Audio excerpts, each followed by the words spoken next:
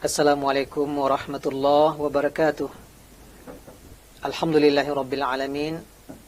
Wassalatu wassalamu ala ashrafil anbiya'i wal mursalin nabiyyina Muhammadin wa ala alihi wa sahbihi ajma'in.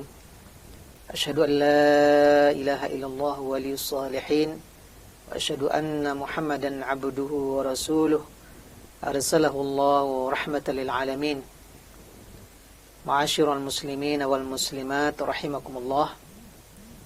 Usikum wa nafsi bitaqwallahi faqad fazal muttaqun.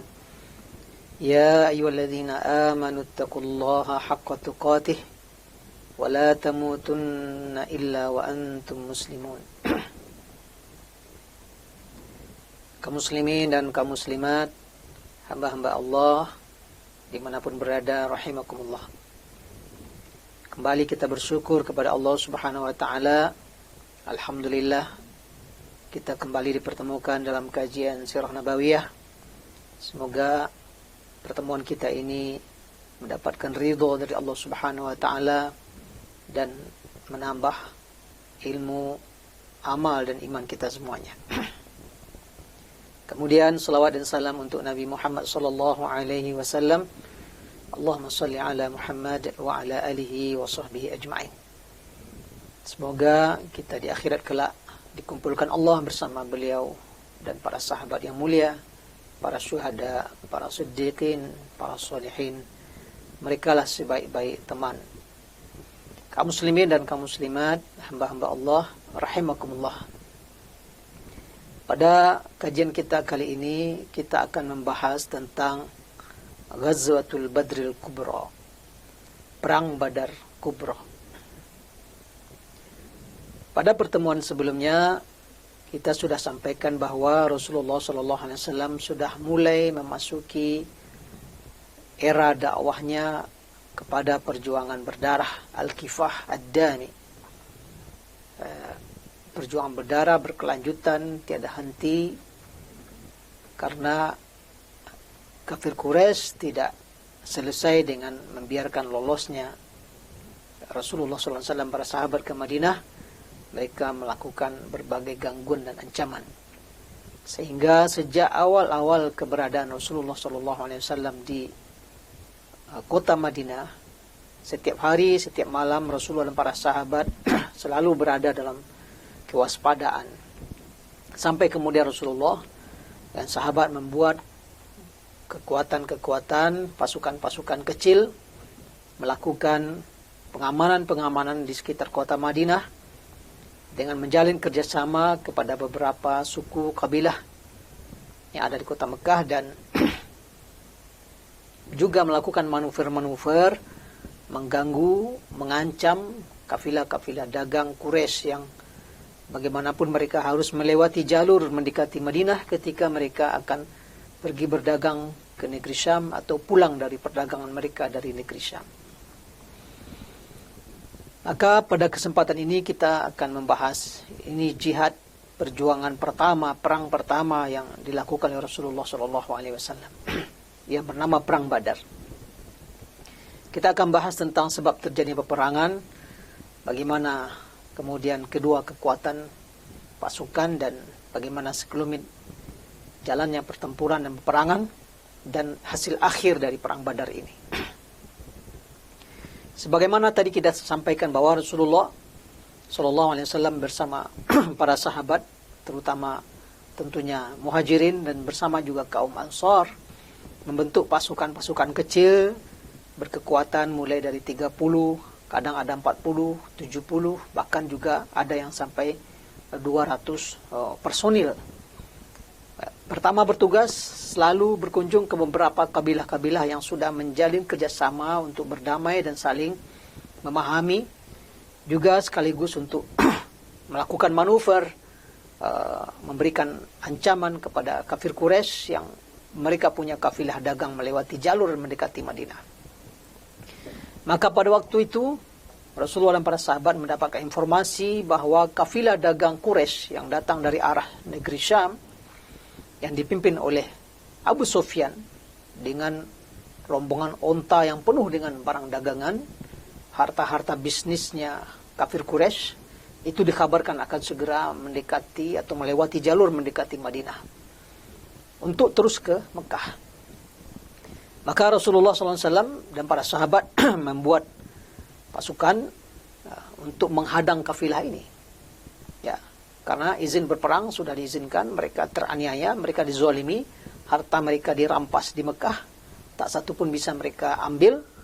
Maka Allah sudah mengizinkan mereka untuk berperang karena mereka dianiaya dan dizalimi oleh kafir Quraisy.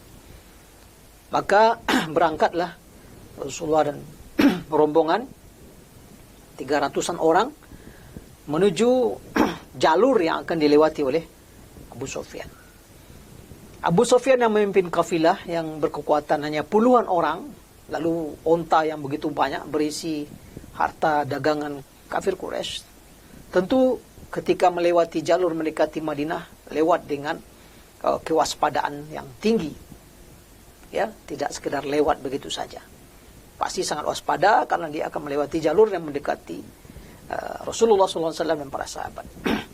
Maka menjelang dia mendekati jalur kota Madinah, Abu Sufyan pun juga sudah mengirim mata-mata, ya, untuk memastikan dia aman untuk lewat dan sampai nanti ke Mekah. Rupanya Abu Sufyan mendapatkan data, dapatkan informasi bahwa Muhammad dan pasukannya sudah bergerak menuju jalur penghadang atau menghadang jalur perjalanan Abu Sufyan. Maka mendapati dia akan terhadang dan ini semua kekayaan Quraisy ada bersama dia. Maka dengan segera Abu Sufyan mengirim salah seorang dari anggotanya, tentu menunggang kuda dengan cepat, berangkat ke Mekah. Ya, menunggang kuda secepat-cepatnya, menginformasikan kepada kafir Quraisy, ini dagangan kalian akan dihadang atau akan diambil oleh Muhammad dan pasukannya.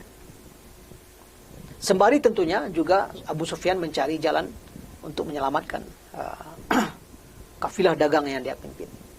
Sementara Rasulullah dan para sahabat, muhajirin dan sebagian ansor, justru ansor lebih banyak, mereka terus bergerak untuk mencari posisi yang pas untuk menghadang kafilah Abu Sufyan ini.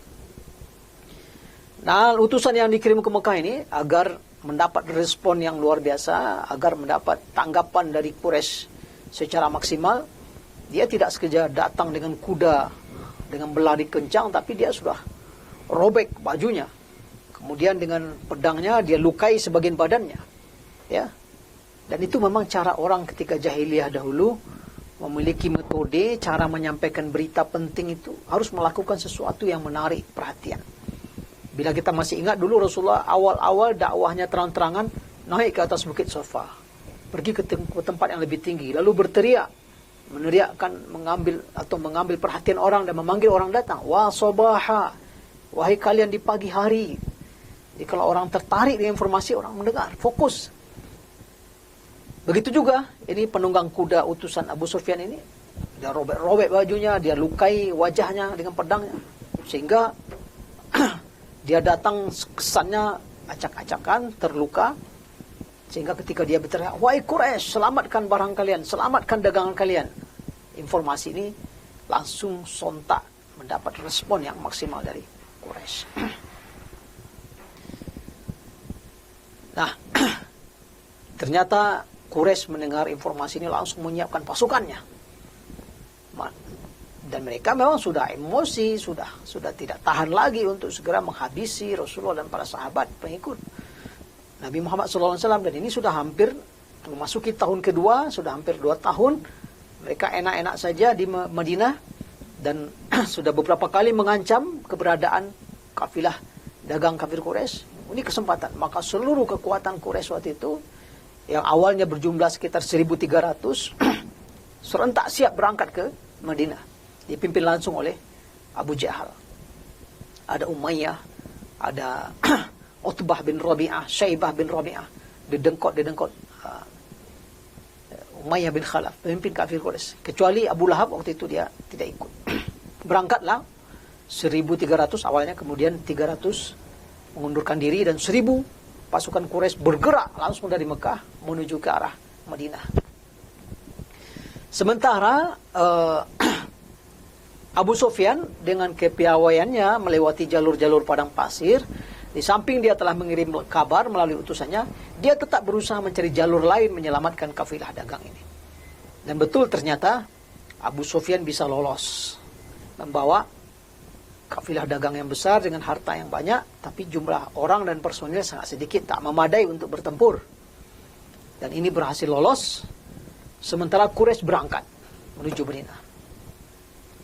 Nah, pasukan Rasulullah SAW di awalnya ya, tidak ingin perang besar.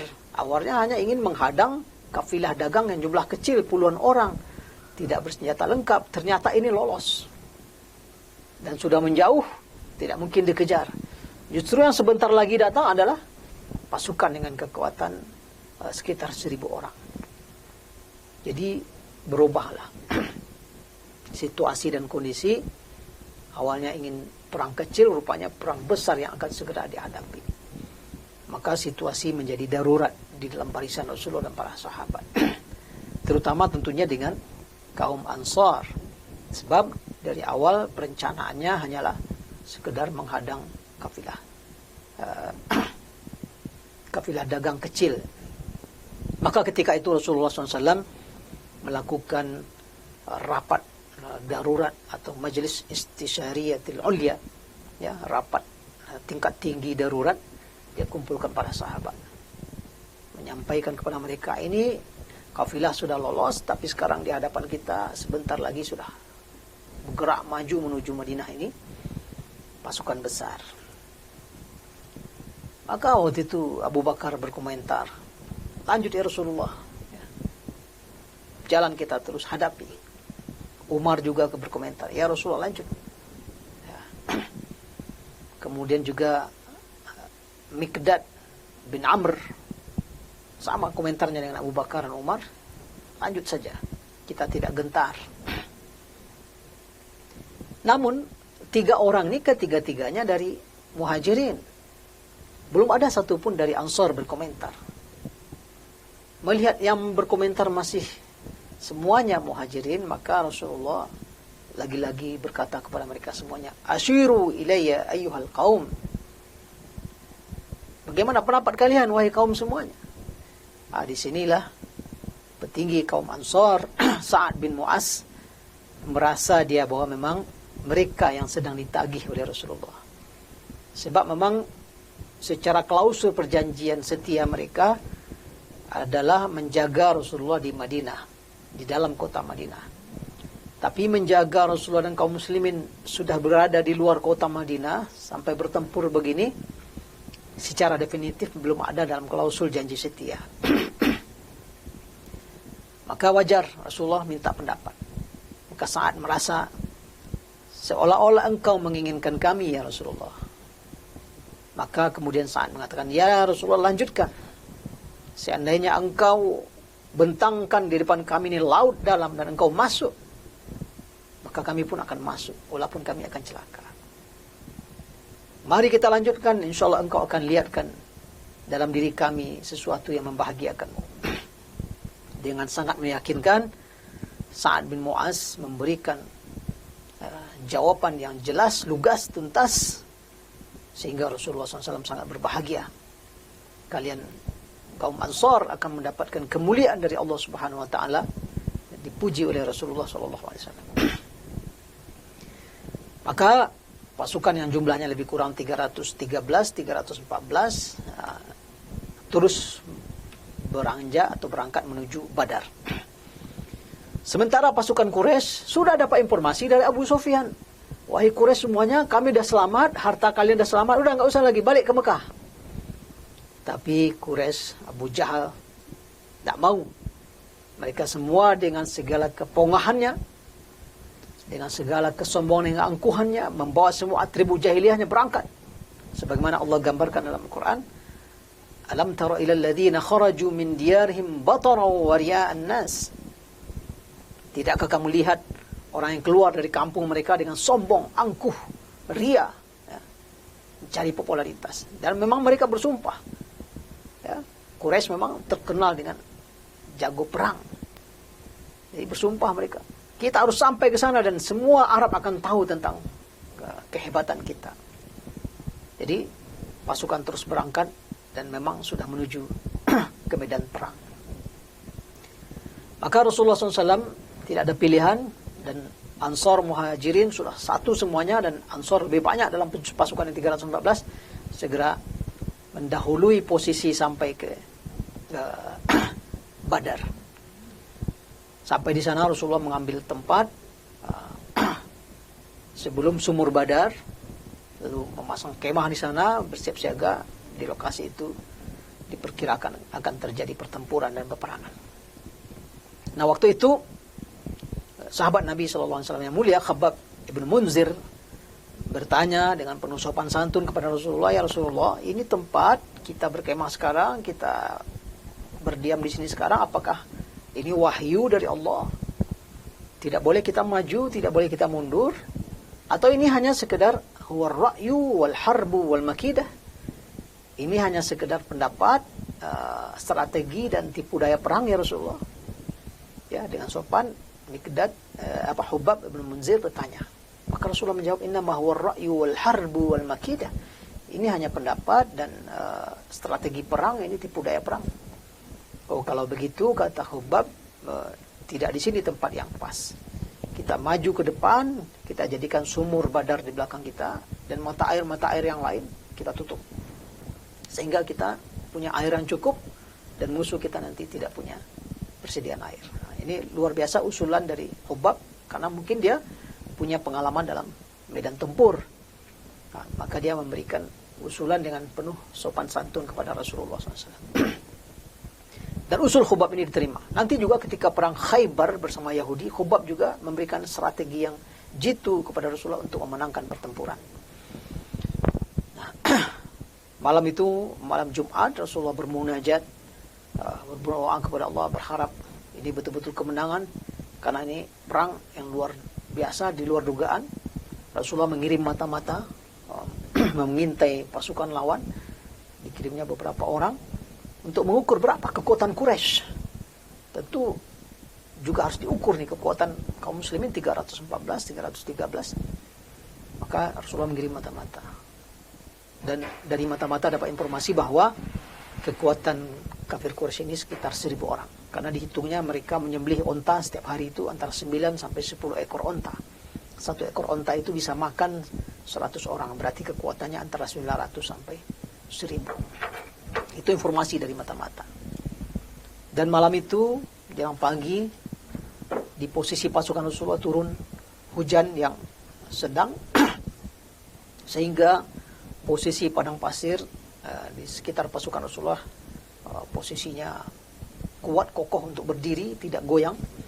Begitu juga di pagi hari ada sahabat yang dalam kondisi junub, tapi dengan turunnya hujan mereka menjadi bisa mandi dan bersih-bersih, karena sempat setan membisikkan keraguan-raguan ketika mereka harus mandi, tidak ada air, tapi Allah turunkan hujan. وَيُنَزِّلُ مِنَ السَّمَاءِ مَاءً لِيُطَهِّرَكُمْ بِهِ وَيُذْهِبَ عَنْكُمْ رِجْزَ الشَّيْطَانِ وَلِيَرْبِطَ عَلَى قُلُوبِكُمْ وَيُثَبِّتَ بِهِ الْأَقْدَامِ. Allah turunkan di pasukan muslim ini hujan agar mereka bisa mensucikan diri mereka bersih, untuk menghapus tipu daya dan bisikan-bisikan iblis atau setan, dan agar hati mereka kokoh, tidak ragu, tidak was-was, langsung mantap, nyaman hatinya, dan kokoh kakinya berpijak. Karena padang pasir kalau kering sekali berdiri pasti goyang, tapi kalau lembab, basah sederhana, sedang, itu kokoh berdiri di sana. Sementara pasukan kafir Quraisy, di sebagian mereka terjadi khilaf pendapat, karena ada yang ingin meminta janji dan apa kalau nanti menang seperti apa. Jadi terjadi pertikaian-pertikaian. Allah adu domba, Allah kocar-kacirkan kesolidan pasukan kafir Quraisy. Maka pagi itu setelah pasukan semua bersiap, perang diawali dengan adu tanding atau mubarazah. Biasa di masa jahiliyah dahulu juga seringkali orang-orang berperang bertempur diawali dengan adu satu lawan satu. Maka waktu itu 3 orang petinggi Quraisy, Utbah bin Rabi'ah dan Syaibah bin Rabi'ah, beradik kakak, dan bersama anaknya Utbah, Walid bin Utbah, bertiga maju ke depan. Lalu ketiganya dengan pongah dan angkum langsung menantang, wahai Muhammad, keluarkan yang seimbang dengan kami. Nah, waktu itu 3 orang Ansor maju ke depan. Lalu ditanya oleh kafir Quraisy ini, oleh Utbah, kalian siapa? Maka mereka mengatakan, kami dari orang Madinah. Kata Utbah, kami tidak butuh kalian. Balik kalian, kirim orang kampung kami, ya. Kirim anak-anak paman kami. Ya, maksudnya dia ingin menantang Muhajirin yang kabur dari Mekah. Muhammad, kirim orang anak paman kami yang seimbang dengan kami. Maka kemudian Rasulullah memerintahkan 3 sahabat yang maju, yaitunya Hamzah bin Abdul Muttalib, Ali bin Abi Thalib, dan sahabat Ubaidah bin Haris. 3 orang sahabat langsung maju. Maka terjadilah tanding 1 lawan 1, dan dalam waktu yang singkat ketiga-tiga dedengkot kafir Quraisy ini, Utbah dan Syaibah beradik kakak dan anaknya Walid bin Utbah, ketiga-tiganya tewas oleh orang yang bertiga ini, oleh Hamzah, Ali dan Ubaidah. Walaupun Ubaidah terluka dan nanti setelah perang Badar dia syahid. Maka roboh 3 dedengkot, 3 jagoan Quraisy yang membuat barisan kaum muslimin menjadi naik maknawiyahnya, semangatnya, ya. Walaupun dari segi jumlah mereka jauh sepertiga jumlahnya, 300-an melawan 1000, dan barisan Quraisy menjadi ngeper. Petinggi-petinggi mereka roboh di depan mata mereka, dan itu langsung memicu perang. Perang langsung berkecamuk antara 2 pasukan. Dan Rasulullah dari pos benteng utamanya atau yang dibuat oleh para sahabat, dikawal oleh beberapa pemuda-pemuda gagah dari Ansar, terus berdoa kepada Allah Subhanahu wa taala. Dalam Rahikul Maktum, Syekh Safiyur Rahman Mubarak Fauri meriwayatkan hadis sahih tentang doa Rasulullah yang luar biasa, karena situasi ini baru pertama kali ini. Dengan persiapan yang sangat terbatas, tidak dengan rencana perang besar, hanya ingin menghadang kafilah dagang, tapi ini perang besar dihadapi. Sampai-sampai Rasulullah mengangkat tangannya berdoa itu sangat tinggi, sampai jubah atau selendangnya jatuh. Sampai-sampai lafaz doa Rasulullah pun juga sudah semakin menyerahkan diri kepada Allah. Kata Rasulullah SAW, Allahumma in tahlika hadhil isabah lan tu'bad fil ardi abada, atau kama qala Rasulullah SAW. Ini pasukan ini ya Allah, kalau kalah engkau nggak ada lagi yang menyembahmu di dunia ini, kata Rasulullah. Jadi suasana kejiwaan, suasana pertempuran yang luar biasa, sampai-sampai doa Rasulullah itu memang sudah tanda kutip ya, terkesan cuma memaksa kepada Allah. Ini pasukan ini kalau kalah ya Allah, nggak ada lagi yang menyembahmu di muka bumi ini. Artinya menangkan ya Allah. Ya Allah, menangkan pasukan ini. Janjimu buktikan ya Allah. Allahumma anjiz ma wa'adta. Ya Allah, buktikan apa yang kau janjikan. Dan memang begitu perang berkecamuk, ya, kedua pasukan bertempur. Nah, perang dengan pedang, panah, tombaknya. Nah, kemudian Allah Subhanahu wa taala menurunkan pasukannya. Ya. Wa anzala junudan lam tarauha. Allah turun pasukan yang tidak engkau lihat. Ya. Allah kirimkan 1000 malaikat. Allah kirimkan 1000 malaikat ikut berperang bersama Rasulullah SAW dan para sahabat, dipimpin oleh Jibril, dan Rasulullah menyaksikan itu. Sampai Rasulullah katakan, "Hai Abu Bakar, ini Jibril berperang bersama kalian, sayap kanan, sayap kiri. Ya, kabar gembira bagi kalian semuanya." Rasulullah teriakkan itu sambil terus memotivasi pasukannya. Dan Jibril bersama 1000 malaikat bertempur, sehingga ada sebagian kafir Quraisy itu yang tiba-tiba sudah terkapar saja. Ya, ini menjadi cerita kepahlawanan pertempuran mereka setelah perang nanti. Kejadian-kejadian luar biasa. Dan perlu kita ketahui, kaum muslimin dan kaum muslimat, di dalam pasukan kafir Quraisy ini ada iblis ikut berperang. Karena dari awal dia sudah terlibat, memberi dorongan bertempur. Tapi ketika malaikat sudah turun, iblis kabur, meninggalkan medan tempur. Ya, naqasa ala aqibaih. Ya, ketika ada menyaksikan malaikat ikut berperang dan terkapar satu persatu pasukan kafir Quraisy, iblis balik mundur ketakutan. Dan ini tentu membuat kocar-kacirnya pasukan kafir Quraisy. Dan memang pertempuran hari itu Quraisy kalah telak. Ya, di samping 3 dedengkotnya roboh di depan mereka. Ya, petinggi-petinggi kafir Quraisy juga, Umayyah tewas. Bahkan Abu Jahal tewas di tangan 2 anak muda yang masih remaja. Ya, Muaz bin Amr ibn Jamuh dan Muawiz bin Afra. Dua-duanya masih remaja, umur baru sekitar 15-16 tahun, baru diizinkan berperang. Dan bahkan dua-duanya nggak kenal mana itu Abu Jahal. Sehingga keduanya datang kepada Abdurrahman bin Auf, "Wahai paman, mana sih yang Abu Jahal itu yang selalu menjahili Rasulullah? Kami ingin membunuhnya." Jadi wajah Abu Jahal dia nggak kenal. Maka Abdurrahman bin Auf menunjukkan tuh orangnya itu. Abu Jahal yang gagah berani dengan kudanya, dengan pedangnya, sedang menebas sana sini. Maka Muaz dan Muawiz ini masing-masing bergerak, dan satu dengan tombak, satu dengan pedang. Abu Jahal roboh dibunuh oleh 2 anak atau 2 remaja ini. Sehingga kemudian kocar-kacir dan pasukan Quraisy kabur, semua lari, tak tahu kemana arah. Mereka ingin kembali segera ke Mekah. Peperangan berakhir, ini terjadi pada tanggal 17 Ramadan tahun kedua Hijriah. 70 pasukan Quraisy tewas dan 70 lagi tertawan. Lalu di antara kaum muslimin pasukan Rasulullah ada 14 syahid, ya, 6 orang dari kalangan Muhajirin dan 8 orang dari kalangan Ansar yang menjadi syahid dalam perang Badar ini. Tentunya kemenangan yang luar biasa ini segera para sahabat mengirimkan berita ke Madinah, mereka menang. Karena ini sebuah kebahagiaan. Karena ada sebagian sahabat yang memang tidak ikut, sebab dari awal rencana bukan perang besar. Tentulah disambut dengan penuh bahagia dan sukacita oleh sahabat lain yang ada di Madinah berita kemenangan ini. Tapi Yahudi dan kaum musyrikin yang ada di Madinah enggak percaya berita itu. Bahkan mereka sudah menyebarkan berita-berita hoax, ya. Bahkan ada yang mereka beritakan Nabi sudah terbunuh, mati, kalah di perang Badar. Tapi datangnya berita kemenangan dari sahabat ini mengubur dan membungkam berita bohong dan hoax yang disebarkan oleh kaum munafikin dan orang-orang Yahudi di Madinah. Sebaliknya di Mekah, berita kekalahan ini cepat sekali sampai. Ya. Terutama yang sangat kecewa dan sangat berduka itu Abu Lahab, yang membuat setelah itu dia sakit, dan inilah awal kematiannya yang buruk.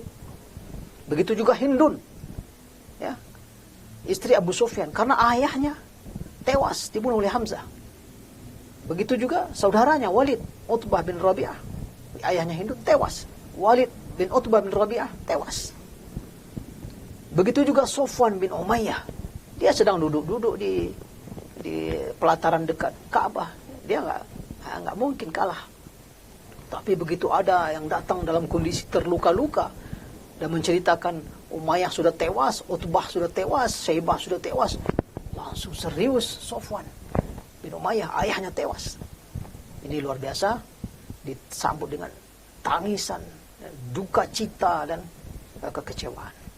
Itulah hasil akhir dari perang Badar. Di antara hikmah yang bisa kita ambil dari penggalan kisah perang Badar ini, pertama, Allah menghendaki kemuliaan bagi orang beriman. Maka Allah tidak biarkan berlangsungnya perang kecil yang sederhana. Tawadduna anna ghaira dzati syaukati takunu lakum. Kamu ingin yang tidak terlalu sulit perangnya.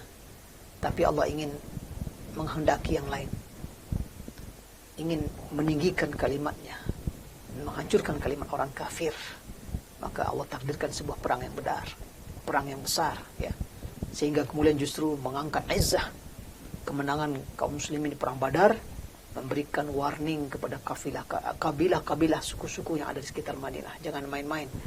Quraisy, jagoan di kota Jazirah Arab, kalah bersama menghadapi Rasulullah dan para sahabatnya. Ini kemuliaan dan izzah yang Allah berikan. Kemudian yang kedua, Rasulullah SAW memegang teguh prinsip-prinsip musyawarah. Ya, beliau nabi, beliau dapat wahyu dari Allah. Beliau bahkan bisa melihat, diperlihatkan oleh Allah nanti si fulan tumbang di sini, si fulan tewas di sini. Beliau sampaikan pada sahabat. Tapi beliau tetap memegang prinsip bermusyawarah. Diajak para sahabat bermusyawarah untuk melakukan sebuah perang besar. Ya, terutama kaum Ansar. Dan ini sebuah keteladanan dari baginda Rasulullah SAW. Bagaimana dia tetap menegakkan prinsip-prinsip musyawarah, prinsip-prinsip berkomunikasi dengan para sahabat. Pelajaran ketiga adalah upaya-upaya manusiawi yang maksimal tetap perlu dilakukan. Rasulullah ada mata-mata. Rasulullah mengirim orang-orang mengintai pasukan lawan. Rasulullah juga mengatur strategi bagaimana supaya perang Badar ini mereka menangkan. Rasulullah menerima saran dari seorang yang jago dalam medan tempur, Khabbab bin Munzir, agar meletakkan sumur Badar di belakang. Ini upaya-upaya manusiawi. Setelah itu dilakukan, maka kemudian Allah turunkan pertolongannya berupa malaikat yang ikut bertempur bersama para sahabat. Pertolongan Allah pasti akan datang. Tapi manusia, hamba-hamba Allah yang beriman tetap harus melakukan seluruh upaya-upaya manusiawi sehingga kemudian Allah menghadirkan pasukannya, menghadirkan pertolongannya, menghadirkan dengan cara Allah Subhanahu wa taala. Wala yansurannallahu man yansuruh. Allah pasti akan menolong siapa yang menolong agamanya.